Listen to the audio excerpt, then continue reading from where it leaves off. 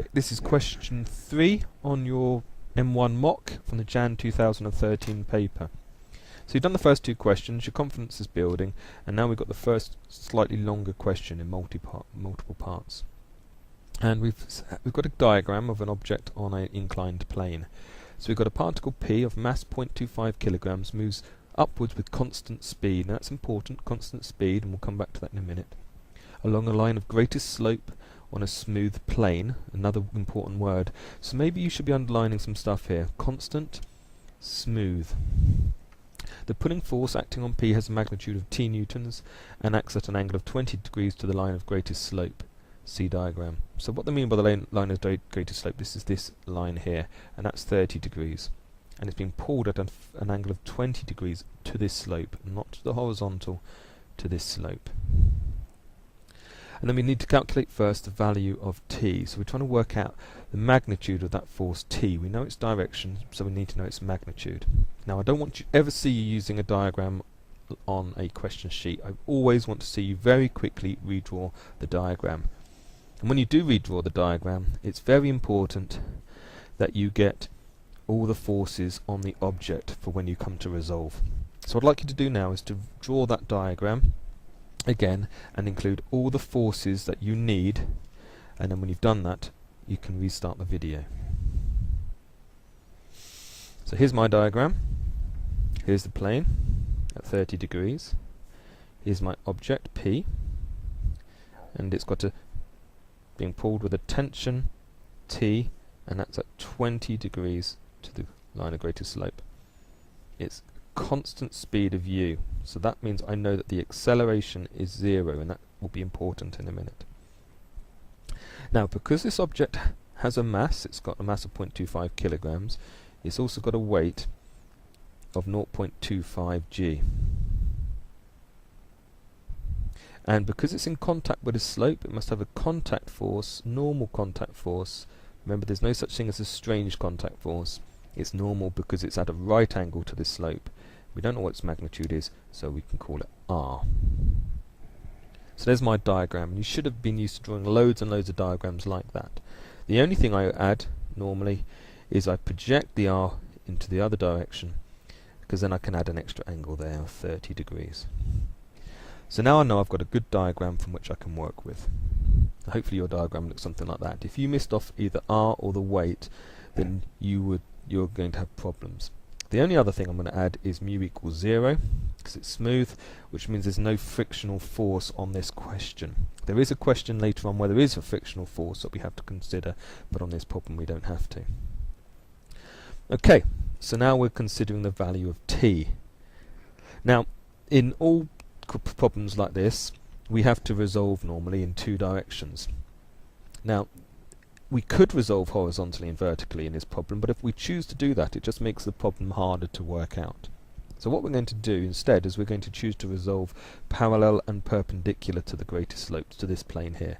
So we're going to in this direction and then in this direction. So it's parallel and perpendicular to the plane. Okay.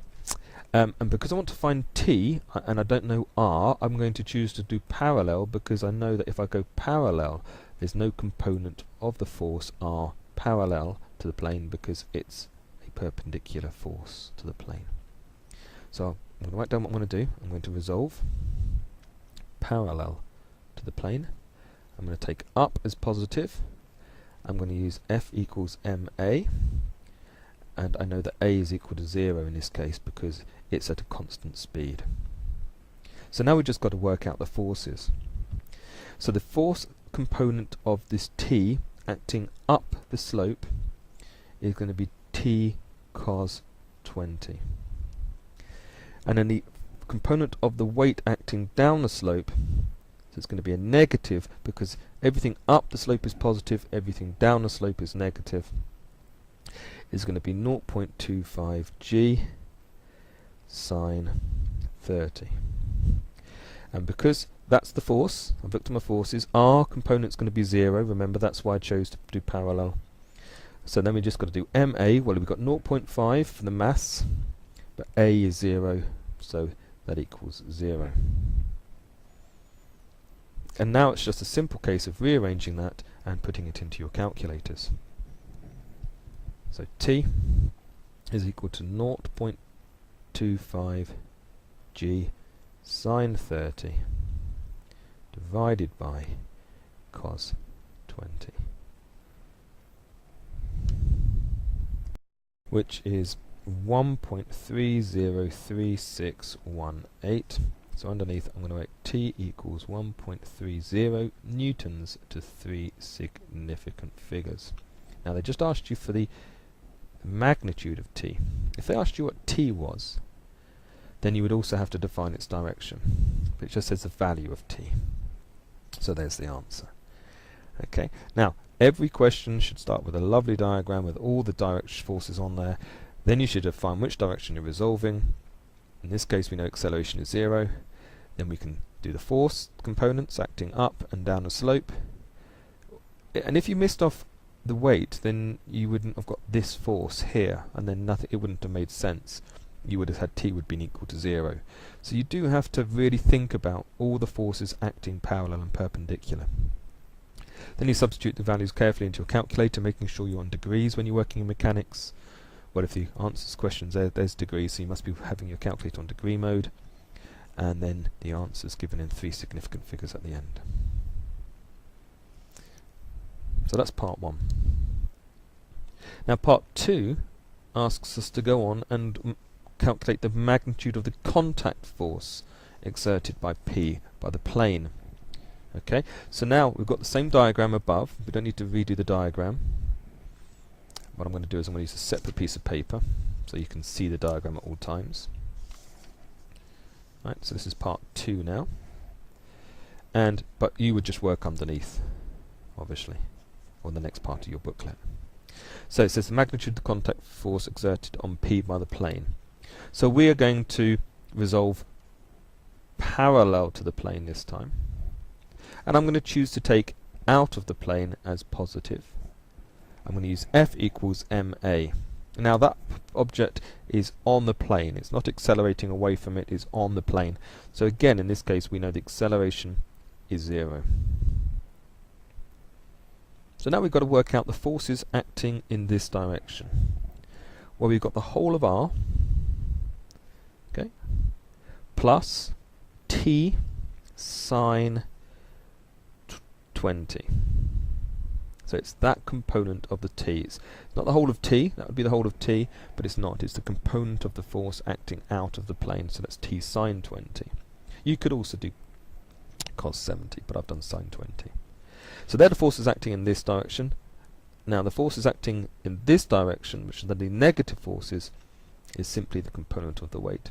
0.25 G cos 30. And that equals 0, because the acceleration is 0, so mass times by acceleration is 0. So we've resolved nicely. Now we've got to rearrange to find R, and we get R is 0.25 G cos 30. Now that's what's interesting about this. That would be the contact force if there wasn't anything being pulled. If it wasn't being pulled. But because it's being pulled up the slope, and it's not being pulled parallel to the slope, a component of this force is effectively trying to lift this mass, this particle, off the plane. And as it does that, then it's reducing the contact force between the mass and the plane. So we're taking away T sine 20. Now we know that T is 1.3, well, we worked it out for the last part. So now we can substitute the values in. Now you can choose to use the 3 significant figure answer, but I don't normally. I normally use one slightly more accurately than that. So there's my answer that I'm going to use. It shouldn't matter, but it's just something I was taught, so I can't let that go now. And then you put it into your calculator. And you should get that the contact force R is equal to 1.68 newtons to 3 significant figures. Okay, so that's part 2. Part 3 of the question tells us that the particle is suddenly, the tension is suddenly removed. Excuse me.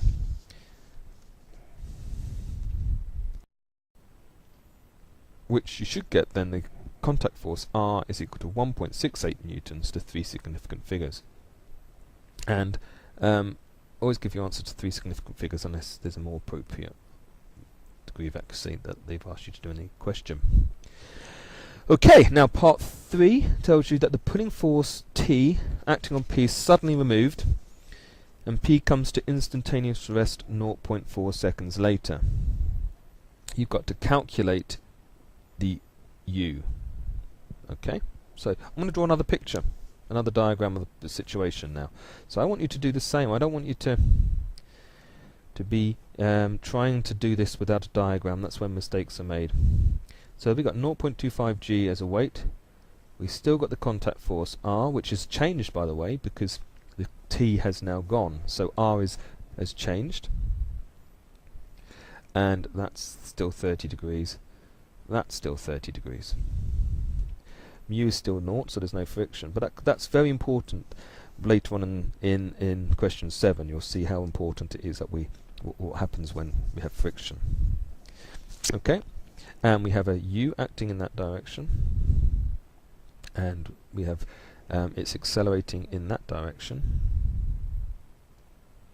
and we know that V, which will be in this direction, is going to equal 0 when T is equal to 0.4 seconds. So it's a question requiring us to understand Suvat equations, if you like calling them that. Suvat equations. Now, we need to work out the acceleration of particle P down the slope when the tension has been removed. So to do that, we're going to have to resolve down the slope. So resolve parallel to the slope.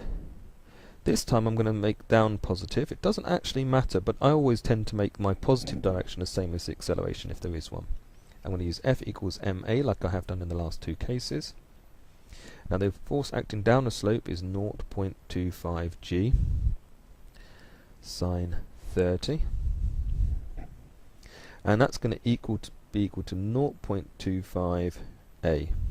So a equals g sine 30. And I'm going to leave it like that for now. And that's a positive direction down the slope. Right, so now we've got S, U, V, A and T. I'm going to take down the slope to be positive. Now, remember, all of these are vectors, which means they all have a direction, which means we have to take that into account when we're using these values. And we're being asked to find the U. So we haven't got any information on S. I know that's minus U. V is going to be 0. It's minus U because it's up the slope. A is going to be g sine 30. And T is going to be 0.4 seconds because we're told it's 0.4 seconds. So now I've just got to use my correct Suvat equation. So now I'm thinking about all my Suvat equations. I'm looking for the one that contains V, U, A and T. So it's V equals U plus AT. Now remember, if you're doing this in physics, you get given the formula books. So if you're a mathematician that also studies physics, don't get lazy, you have to learn the formulas in maths. So we know that V equals